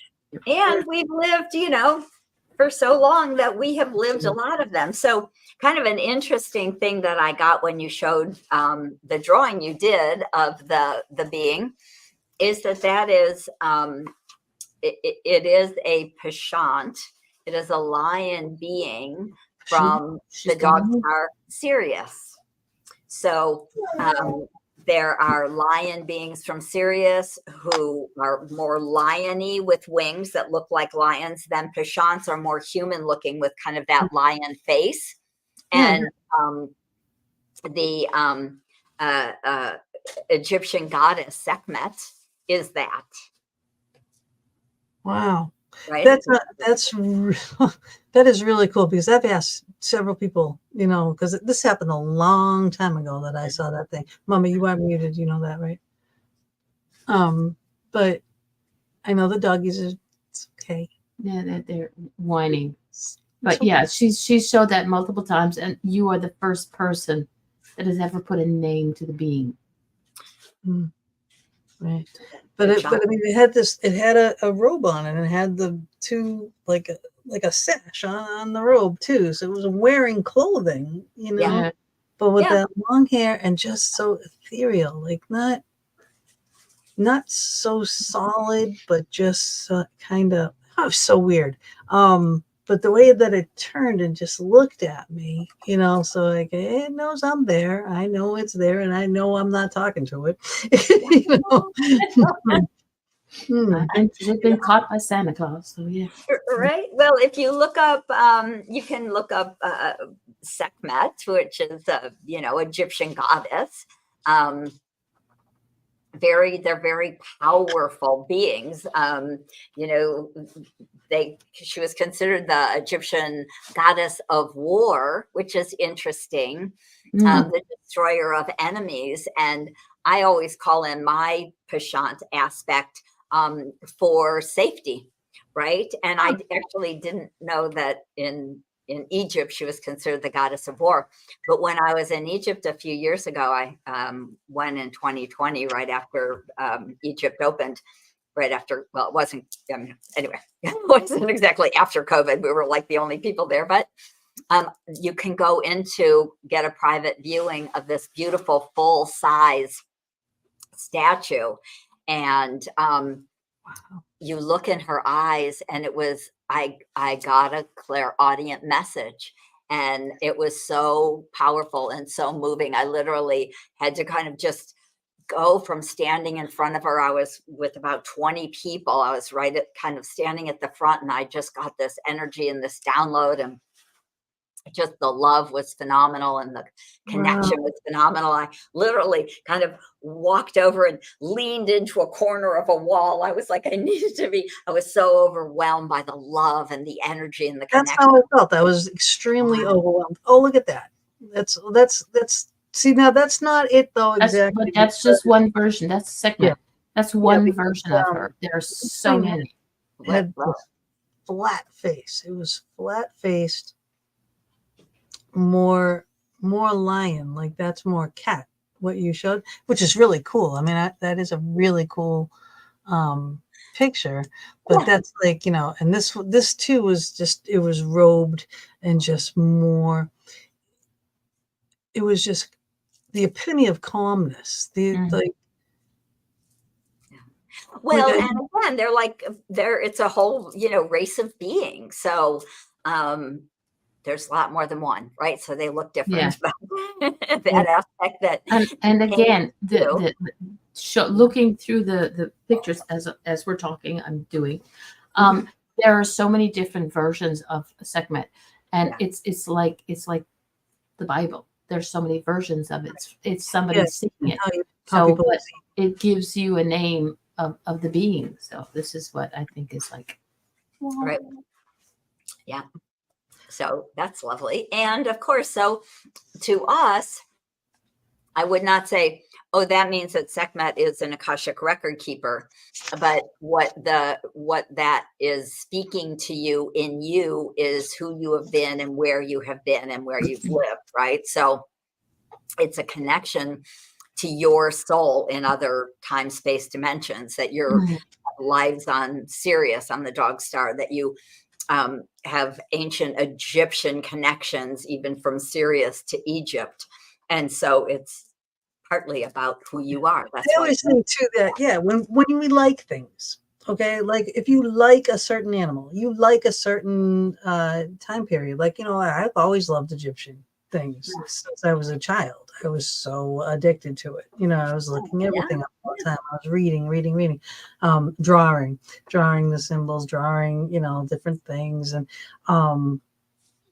just blown away by hieroglyphs, just all of it, but then so that's going to be some prevalent part of your life, and other people are drawn to so many different things, but that is what race is. We're not all the same, and we can't be the same.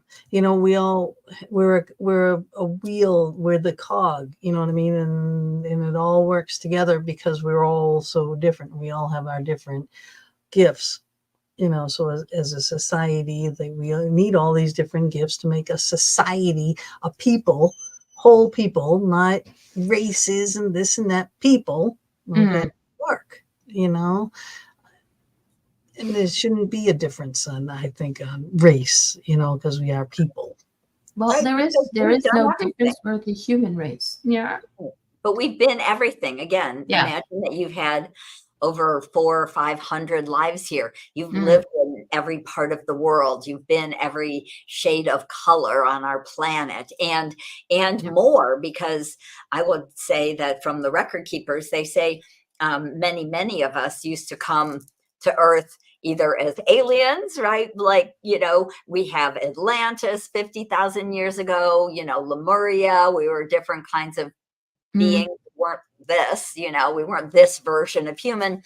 We have a variety of versions of human hybrids, right? All of this. So, I mean, again, we live in a dualistic world, which we're partly trying to undo, because when we get stuck in right, wrong, good, bad, this is what creates wars. We have to come to a place of equality and equanimity and love, so that we can move from war to peace and eventually awakening, move out of the dualistic way of thinking, because it's part of the program. And this is all information I get from the record keepers over all these years, right? And you would think that we would learn our lesson, you know? And it just, I don't understand why there are still wars. Why did Russia go and attack? Why is all this going on in Middle East? Why is this still happening? And what I don't like is also people make you, there's people out there, and I know a few, that try and make you choose a side. And I can't.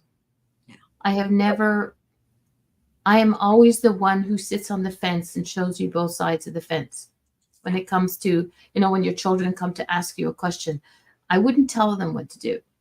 I would show them both sides of the fence. If you do this, this is what might happen. If you do this, this is what might happen. So for me, with all the stuff that's going on in the world, I'm going to sit on the fence. I'm going to show you both sides, good and bad.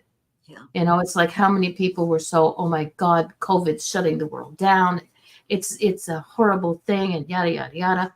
But I look at it going, hey, it was a good thing because it shut a lot of people down, but it brought the world back to life. There was things that came back that never, there's dolphins in the Italian canals. There's things that we would never happen because we're so busy polluting everything. Right. There was a city over China that supposedly people had stopped wearing masks because the smog had stopped showing over their covering their city because the business is shut down. I'm sorry. I loved it. I loved it. I thought it was an amazing thing. But not that we had to get sick, but the point was people that calm down, meditate, start doing yoga, all those things. I traveled to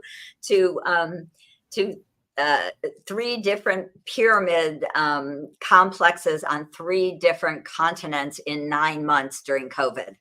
Because I could, and things were open and they were quiet and it was phenomenal. So, but energetically, when you start to think of yourself as an energy being that holds wisdom, holds codes, holds keys, we as humans often go to sacred sites to activate some of those keys or So the pyramids, the pyramids are amazing because they are how they are built, how they are constructed, what they are constructed upon.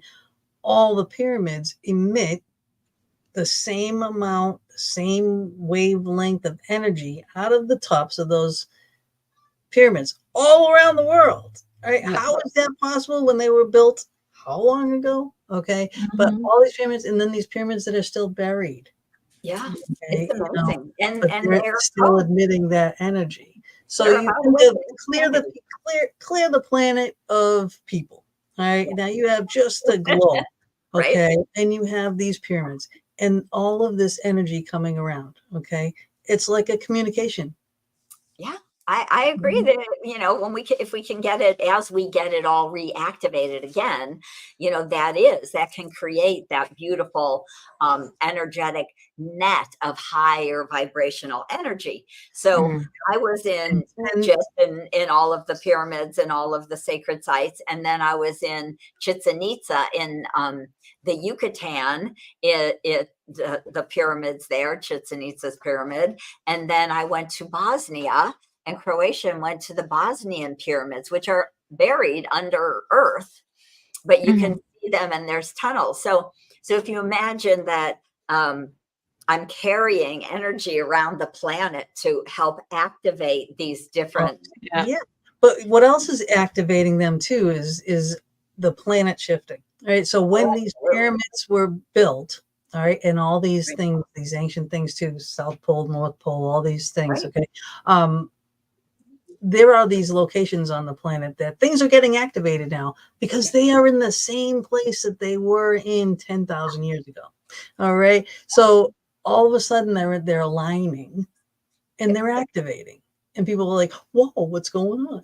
Well, realignment of everything, right? That's why we have a dawning of a new age, why we're moving into a golden age. And all of us, it's like, I'm not saying I'm special, I may be a little bit more unusual, but I'm not special because going to the pyramids, energetically, I know I've been around kind of forever, a little too long, but anyway, in all these different ways.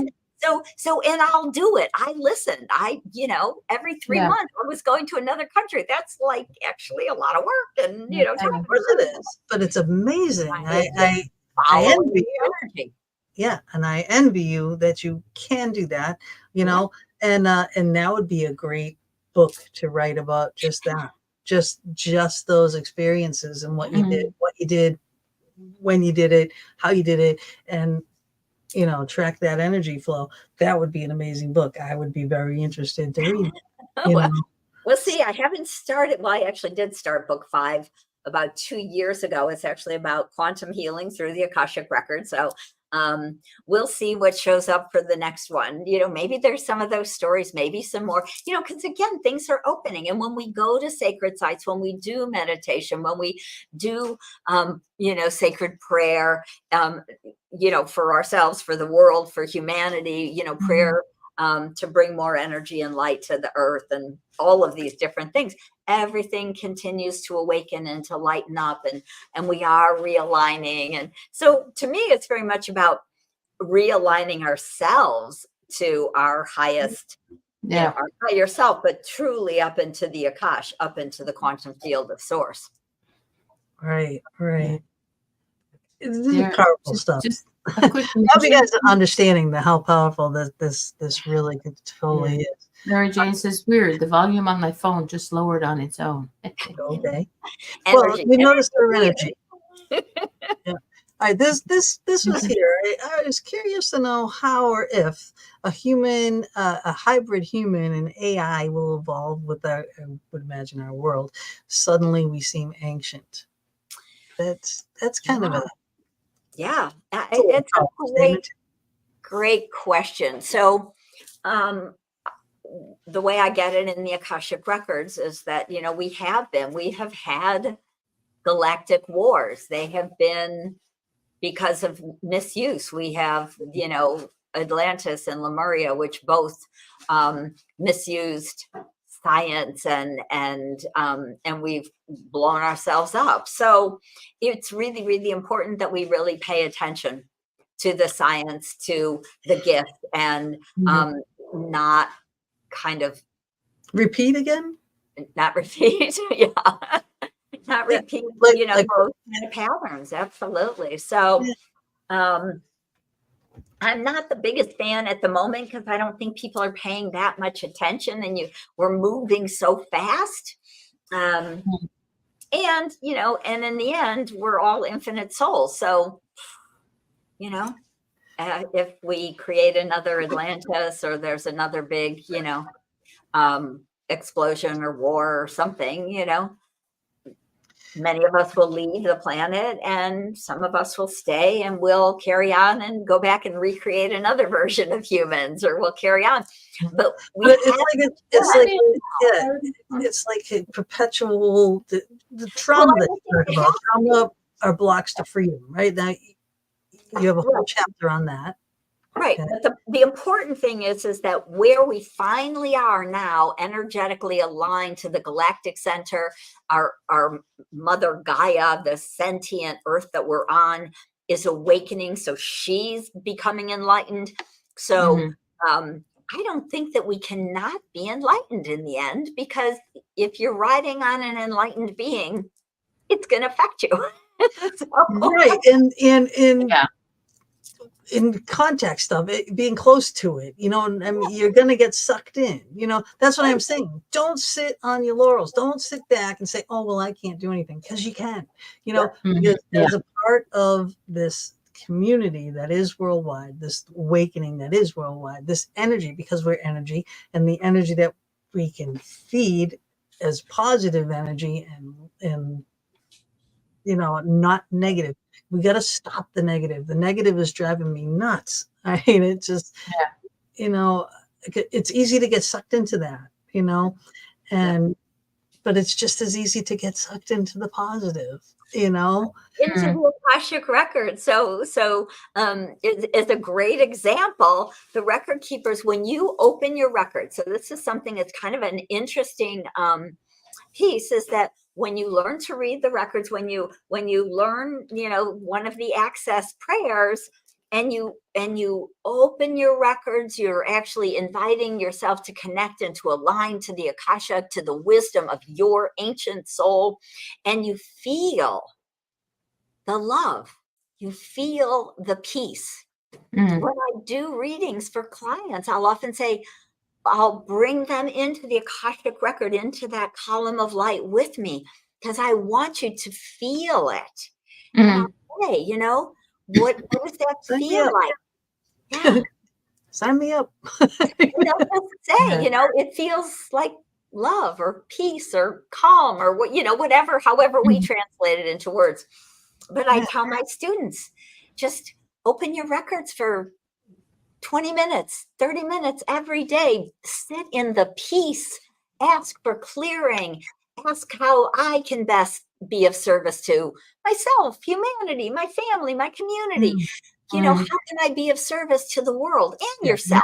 Not what are you going to do for me, right? Because that's what everybody does. What are you going to do for me? What are you going to do for me? It's like, even if you're going to offer something, well, what are you going to do for me? You know, instead, it's like, Right. So you get to be in the energy and the vibration, and being that, living that, things literally start to shift, because you are holding that energy of light and love, you know, for yourself, for your soul, for your family, for the people around you.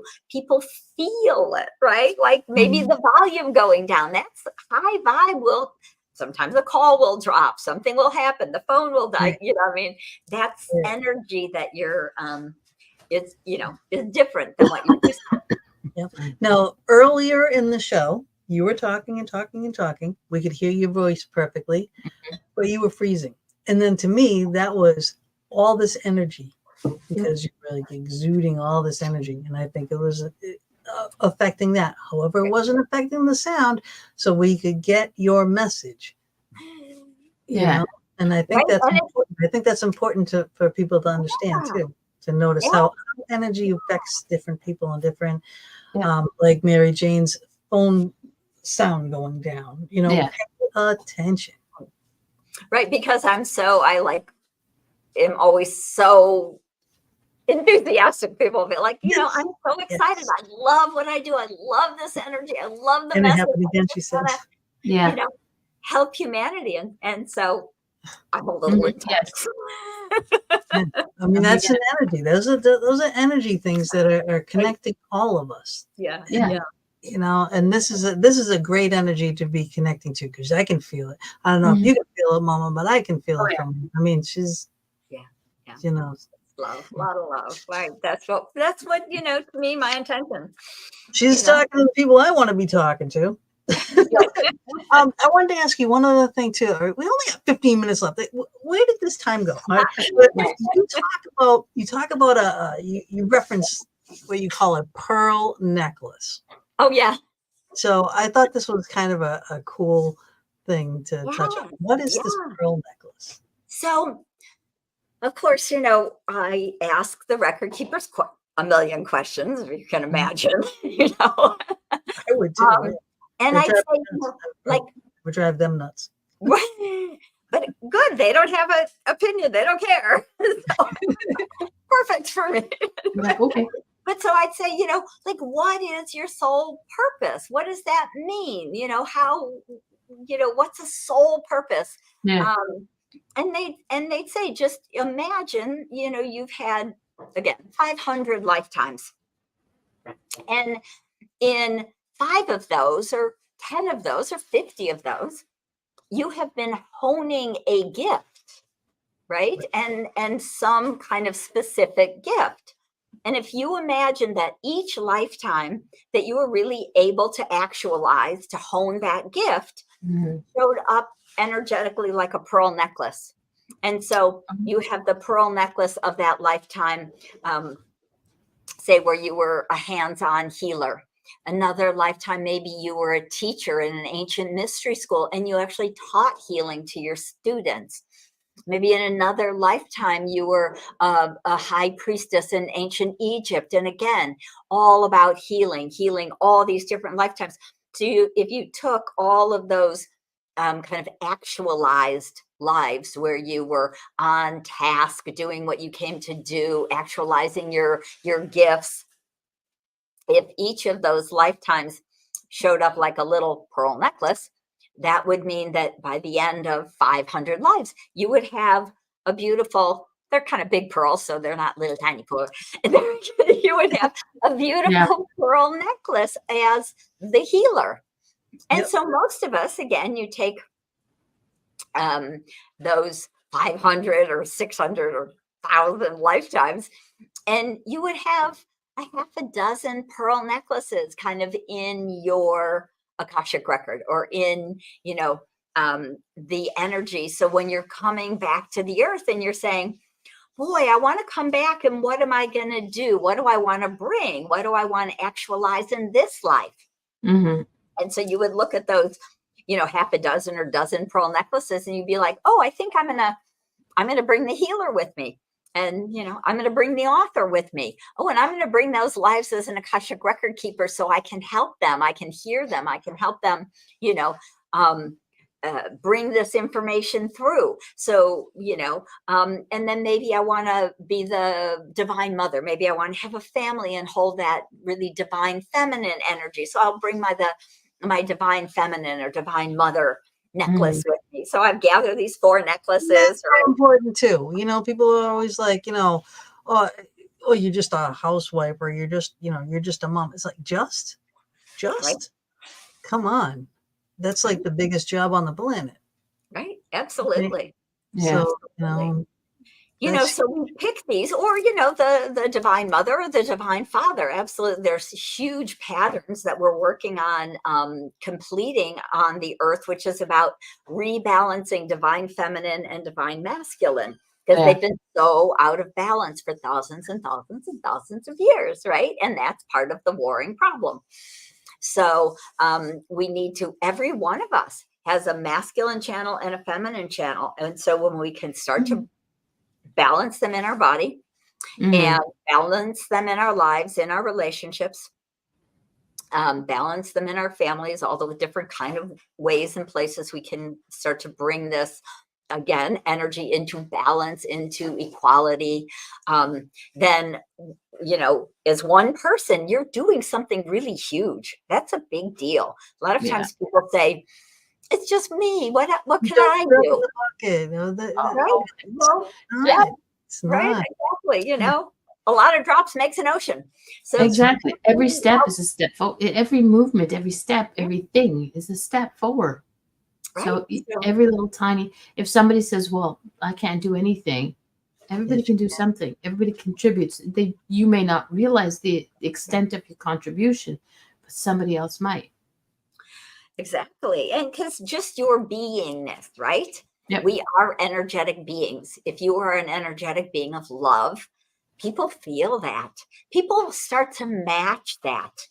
Right. We're magnetic, beautiful beings of light. And if I can be love in my family, and my kids catch that as a way of being and a way of feeling, and then they're going to start to also ripple that love out to their friends, to their families, or to, And so just the one beingness, just that is the simplest piece in the world, right? To be love, right? To be kindness and compassion and forgiveness. And if we all were just love, we would have no war. We would have no challenges, right? We would have no murder. We would have none of that.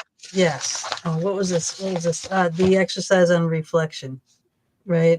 What changes in your life would you want to see if you consciously released your unconscious karma? Right? In which areas of your life do you feel you have unfinished karma? But these are things like that. Like it's a reflection of, all of that. And then you go on for a prayer of forgiveness, right? That's huge, because that brings you to that step, to that place that you were just talking about, that love, that unconditional place. You got to learn by here. and you got to forgive yourself before you can forgive Mhm. other people. And you got to, and you have to take responsibility and you have to take blame and you have to do all these things and all these steps to get to that point too. So it's a work, and it's progress. And you're going to have setbacks and no one is perfect. That's why we're human. We're not perfect. Exactly. Right. But, Right. but you can do so much, when that dark cloud comes, all right, it's going to come for everybody. All right. But you don't have to wallow in it. And that beautiful prayer, the prayer of forgiveness, the record keepers gave us a long time ago. I have seen miracles happen from people who have done it for, a week, a month, a year, but they've seen huge changes in their lives. They've had people who have been angry with them. I had one student once who came to me because he was just at his wit's end. He was in business with his brother, and his brother had been angry at him for 15 years. Wow. 15 years. He said, I don't think I can keep going to work. He doesn't talk to me. We don't talk. We both go to work. We work in our own offices, And he said he did that forgiveness prayer every single day. He did a reading with me, the record keepers. We did a bunch of clearing, energetically clearing and emotional pain and different traumas and different things. And the record keeper said, do the forgiveness prayer every single day for as long as it takes. And he was like, okay, I will, because I cannot live this way. And 6 months later, he emailed me and he said, it's a miracle. My brother walked into the office and he said to me, well, I guess sometimes you just have to forgive. And that was that. Wow. Nice. Wow. That's amazing. That is- That's amazing. But That's yeah, nice. gratitude and forgiveness are like, besides love, are like such huge things. And fear. All right. I got to add fear in there too, because fear runs the world. All right. Fear of everything, There are certain fears that are good. I'm Oh. sorry, but if there's a bear in front of me, I'm going to be smart and I'm going to move my tail feather and get out of the way because am I afraid? Yes. And there's some people who have a non. There are healthy fears and there are unhealthy fears. So But would you consider a fear of spiders healthy or unhealthy, Gina? healthy. Those things can be venomous. I love to tease her about that one. If it's a poisonous spider, I would think it's very healthy. Okay, in that case, yeah. Exactly. Yeah, right. But if I it's like your life, I like- then it's probably yeah. a good healthy like a bear. Exactly. But I mean, yeah, I'm not going to go any further now. I love you, Mama. I do I love know. you. But I mean, but these human emotions do rule us, and Yeah. and debilitate us or set us soaring. Mhm. It's like it's what you choose. But to overcome the fear and everything, it's the forgiveness and the gratitude. Right. Mhm. So forgiving, I mean, in the back of this book, I've listed every one of the prayers. I don't know if you can see that, but it's just a long list of what they all are on the page. So, prayer to release illusion, prayer of acceptance, prayer for Mother Earth, prayer to release cancer. I mean, honestly, so much of our illnesses are based on Mhm. stuffed emotions, of really burying our emotions, our fear, Yeah. our traumas, and our hurt, our upset, our anger around it, right? So Yep. prayer to release grief and loss. I mean, you need to experience it, but not stuff it. And then Right. there comes a Yeah. time where, let's acknowledge and be grateful for the relationship, the learning, the growth again. Yeah. So And prayers, all prayer, those. you can use a different word for prayer too. You can say a meditation, okay? Because it's, Yeah. you know what I mean? Because it's putting yourself in this state. So, people don't know how to meditate. It is a Right. prayer. A meditation is a prayer. It is. It's a Yes. conversation. Whether you're having a conversation with yourself, your higher power, or just it's a connection. Absolutely. And they're cute because they're short and kind of easy in a sense, right? Which So book is this I again? want all your books. I want all of them. it's like asking, divine source or Mother God, Mother Yeah. God is God, whatever, please remind me of the simple pleasures of life that support my happiness. The rays of light on my skin, the hug of a loved one, the laughter of a child. I am happy throughout my day. And so it is. Right? That's the prayer for happiness. I love it. I'm not begging anyone to make me happy. I'm just saying, I know I am happy. I can remember all the little things, that giggle, that puppy, that kitty, that person. Yep. And Right? that will dissipate that black cloud in no time at all. Yeah. You know? It's like somebody once said, how do you get out of your head when you're in a bad mood? For me, it's baby giggles. I go over to YouTube, I type in baby giggles, and that's all I do. I get like 30 minutes of baby giggles. Don't even have to watch it. Just listening to their giggles. Oh my God. Well, you have to see puppies. Yeah. Baby giggles, you don't have to. If I just get out of my head and stop looking with my eyes and as I call it, looking with my ears and seeing what I, getting what I get. You know what else makes me really happy? People send me all these things like they'll see a fox thing and they send it to me in a message like, oh, I just saw this fox and thought of you. I saw this and I thought of you. I saw this, a book cover or a blanket or a shirt or I don't even care what it is. Just a cute picture of a fox. And they're like, I thought of you. I freaking love that. Yeah. I mean, you're in people's hearts. It's so lovely. But I mean, that really is, these are, really, again, part of our intention is how do we shift our energy in our body? How do we shift our vibration from low vibrational emotions, right? From shame, blame, guilt, anger, hurt, upset, right? That's kind of very low, dense, thick energy. How do we bump up to love, or at least to happy, or to giggles, or, to be a sunset, or maybe you're petting your cat, or it doesn't matter, but you're shifting your vibration. Yep. And that's what matters. And so finding all those ways that we can continually shift our vibration. I, of course, say, learn to access your Akashic records. Simple answer. You open your records and just be like, wrap me in this divine energy, which is, love and above. It is 500, 600, it takes us into joy and to peace and to love. So learn to access your records. There it is. Take one of my classes, right? Because it's such a and this is it. This is all the books. Okay. All her books here. AkashicKnowing.com. Please, for the love of God, look her up. Yes. Okay? Yeah, I've got enough links in the chat room. Y'all know how to do that. Just click on it. And that's what I make sure that it's a simple thing. No copy and pasting. Click, you're gone. There. Boom. There you are, right? It takes you right there. I love that. Magic. Yeah. And if you're in the California area, go see her in the Common Sentience group of amazing people. Again, look those people up because they all have great books, all to help you. Like just amazing. Right. It's a whole new primer, right? Ariel, who it's sacredstories.com. If you go there, that you'll find the whole group of Common Sentience books. I think we're up to number 14 or so. We're going to have 15, 16 coming out. So it's like the encyclopedia of spiritual information from everything from, obviously, Akasha. What was the name of that site again? Sorry.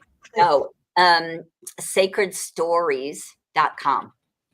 So you spell it Common Sentience. It's a little bit about. This is one here too, right? Oscar's shamanism. I mean, all these books are that whole realm. You just have to look.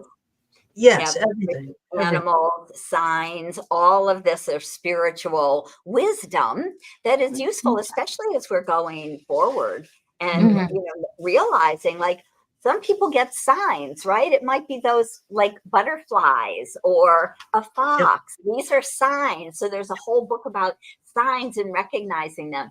There's a whole book about nature and our connection to nature and how to deepen that connection to our dear Mother Earth, to Gaia herself, to animals, right?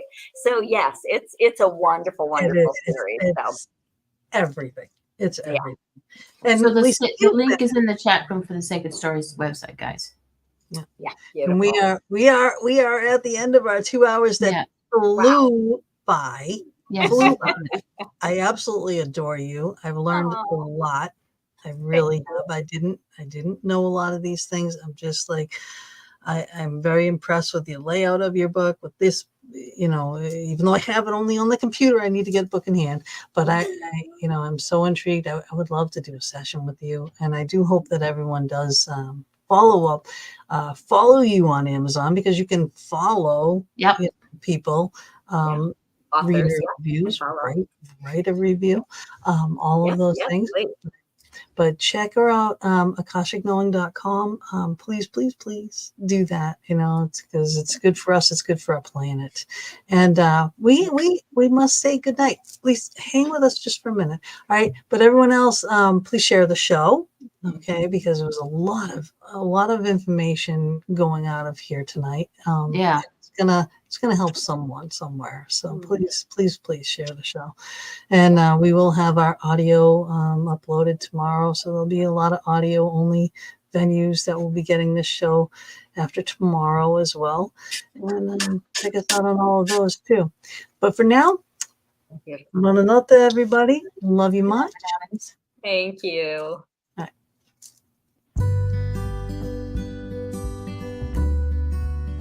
We thank you so much for joining us for another episode of The Fox Den with Gina B and Mama D. We are here every Thursday evening from 8 to 10 p.m. Eastern Standard Time, bringing you a variety of guests. Streaming live on Facebook, YouTube, and Twitch, as well as our Anchor audio venues. We hope you enjoyed our show and our guest, and we would love it if you would go to our YouTube channel, The Fox Den with Gina B and Mama D, subscribe, and definitely hit that notification button to never miss a show.